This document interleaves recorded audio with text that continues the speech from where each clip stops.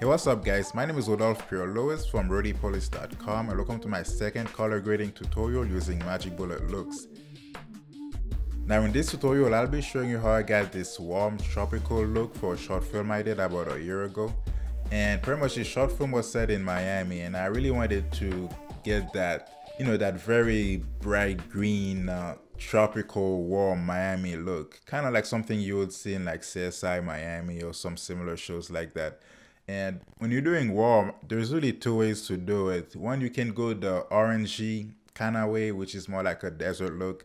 Or one, you can go the more tropical way where you have a lot of colors that are popping out and that's really warm. And so I wanted to go to the second way because we have so many nice colors. We filmed this around spring and like the trees are very nice, like some nice blue skies. And it's like, it would really do it a disservice if we went the typical, or let's make everything orange because it's warm look. So I really wanted to go with that look. So yeah, let's get to it and I'll show you how I got it. So we're in Magic Bullet looks now, and as you can see, the effect itself, it wasn't that complicated. It only took about 6 filters to get the desired look.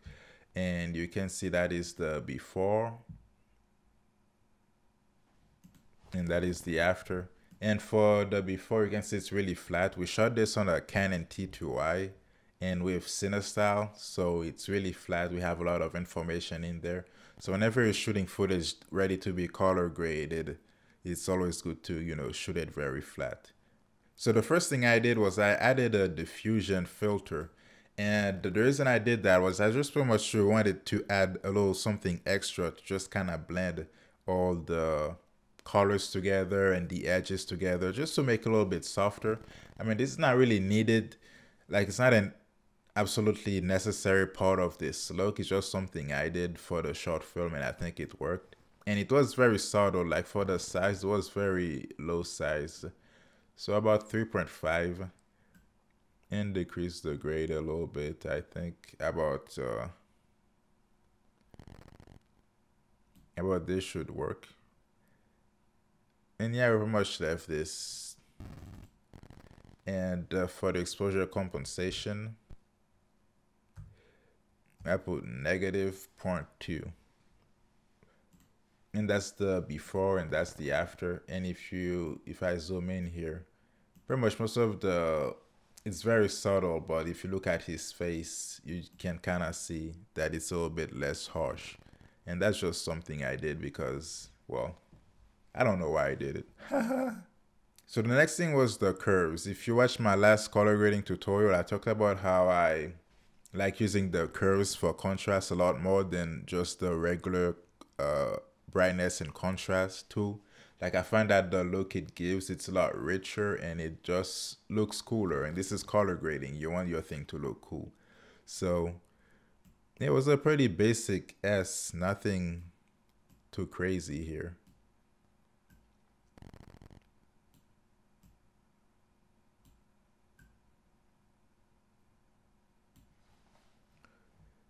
So this was the before and this was the after. You can see the colors pop out a bit more and yeah, it's just contrast and it looks great. It already giving us the mood. This was a action thriller type short film, and in something like that you do want a lot of contrast.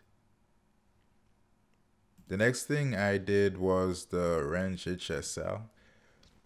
And pretty much we have all these different colors here. Like we have the green, we have the teal for the pool, we have his blue shirt. And we really want these to pop out because like it's springtime. Like I want the colors to jump at you almost and to be noticeable. And so what I did was, first thing was for the green, I actually saturated the greens quite a bit. And then saturated the teal color a bit too. And that will be great for like the pool and the sky. If you have a shot with some nice clear blue sky, it really helps pop that out and really makes it look really nice. And also saturated the blues a bit. And the orange, which is the skin tones, I wanted these to stand out a bit too.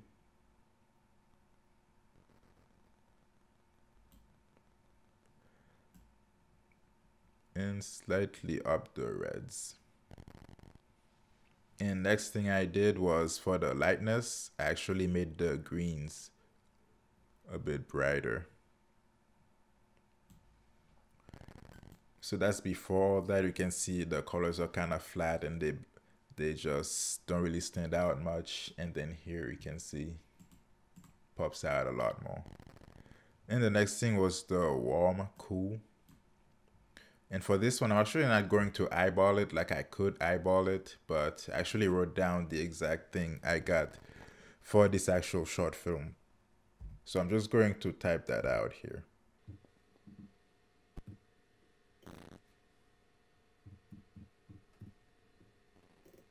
And the exposure compensation was about 0.2. So this is before. You can see it looks a more cooler. And here you definitely see it's warm. You have the orange, you have the green in there, and that really sets it out to something that is in definitely warm temperature.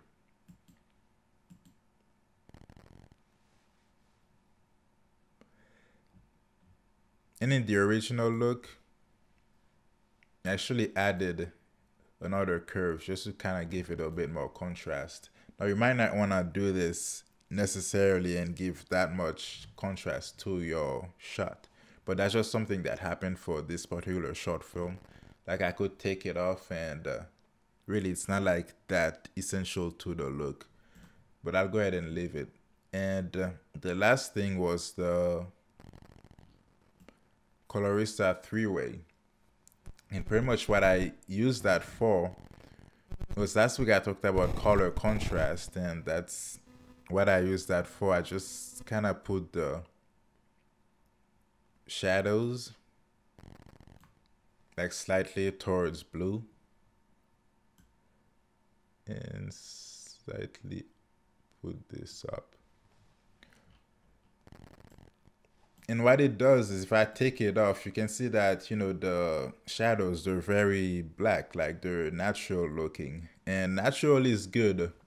And I always say, hey, you have to try to make it natural as much as possible. You don't want to overdo it. But it's just once I added the extra blue, it just kind of adds a very soft contrast to the color of it that I really like. So it went from this to this, and it's very subtle. It's not something that will jump at you like, oh no, his hair is blue. Like you don't really notice it like that.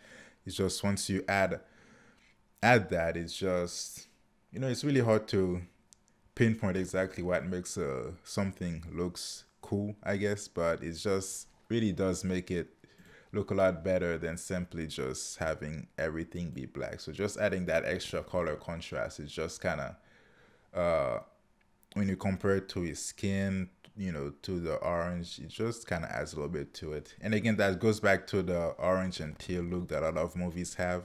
But while I say it's the technique itself is good, don't overdo it. Like don't overuse it like a lot of Hollywood movies where it's like, oh no, it's blue and everything is orange, and it just kind of gets on my nerves a little bit.